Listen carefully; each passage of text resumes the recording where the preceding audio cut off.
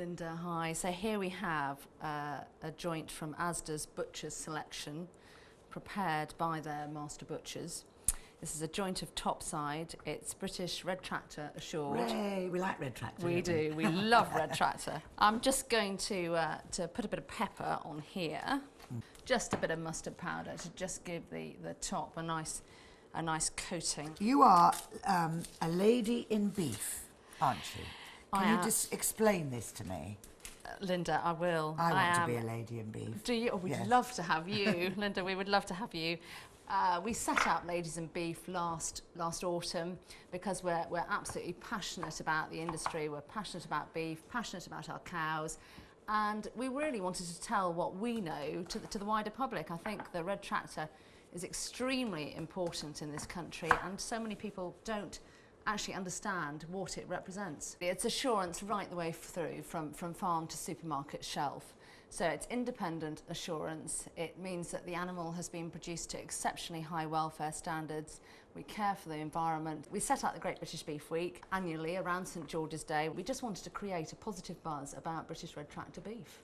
And how many are there, ladies, in beef we champions? have now, we probably have about 30 countrywide. The drive and enthusiasm they have, you know, they're mothers as well, they're active farmers, and you know they're juggling the life of getting a meal on the table. And you have a connection to Princess Anne, don't you? Who I happen to be a great fan of, as it happens. Oh, she's brilliant. She's absolutely brilliant, and she launched us in the spring of this year. And British beef has always been known as, you know, arguably the best in the world, hasn't it? Yeah, absolutely, Linda. And I think the other thing that we forget with our countryside, we drive through it and we don't always appreciate actually how crucial our grazing herds are. And have you been to the Eden Project? They've got this fantastic sign right in the middle that says all the grass in the Eden Project is hand pulled to replicate our grazing herds. So you imagine, to get the right sword across the country, you know, our grazing herds are absolutely vital. Brilliant. Oh, fantastic. Now, are we going to pop it in the oven? Should we pop it in the oven? Let's tuck the onion round here. The onion is great because when you come to make your gravy, the onion has got Let's nice... not go to the gravy issue, please. Of course, Thank you. well, Hello. Oxo Mum. I loved you for being the Oxo Mum. Nice hot oven. In it goes. Farewell, bless all who sail in her. The moment of truth. Oh, yes. Now that is spectacular. A fabulous joint of British beef. Absolutely. Put it on that plate there. That's lovely, and then it can just rest. It's really important that we let the meat just stand for a minute. Okay. Got these lovely caramelised onions here to make the gravy with. So that's what, Sunday lunch for a family of 4? Absolutely, Linda. Sunday lunch for a family of 4. And then the brilliant thing about joints is, you know, you've got all that meat that's left. You slice it through again, get it into even-sized chunks. Doesn't take any time at all.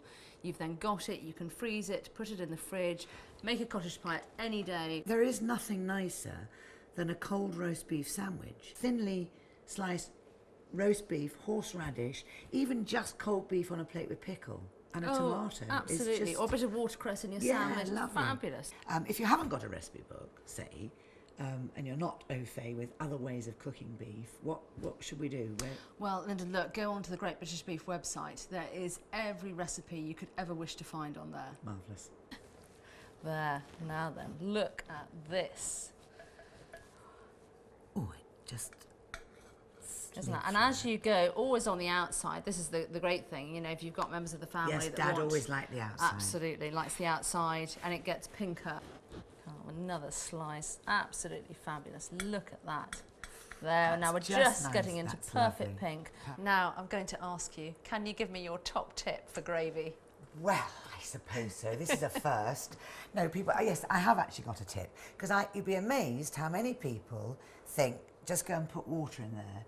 If you've made some stock and then you have a good old stir, I use a tablespoonful of flour, and I actually make it into a paste with, I use sherry, which just gives it a sweetness, and then pour it into the gravy boat. So that's all gone in there. Wonderful. Well, should we pour a bit? Yes. On the meat. Just so we can see it look bad, does it? Look at that. Oh, this is so nice. There we go. And we're ready to go. Perfect. Sunday lunch.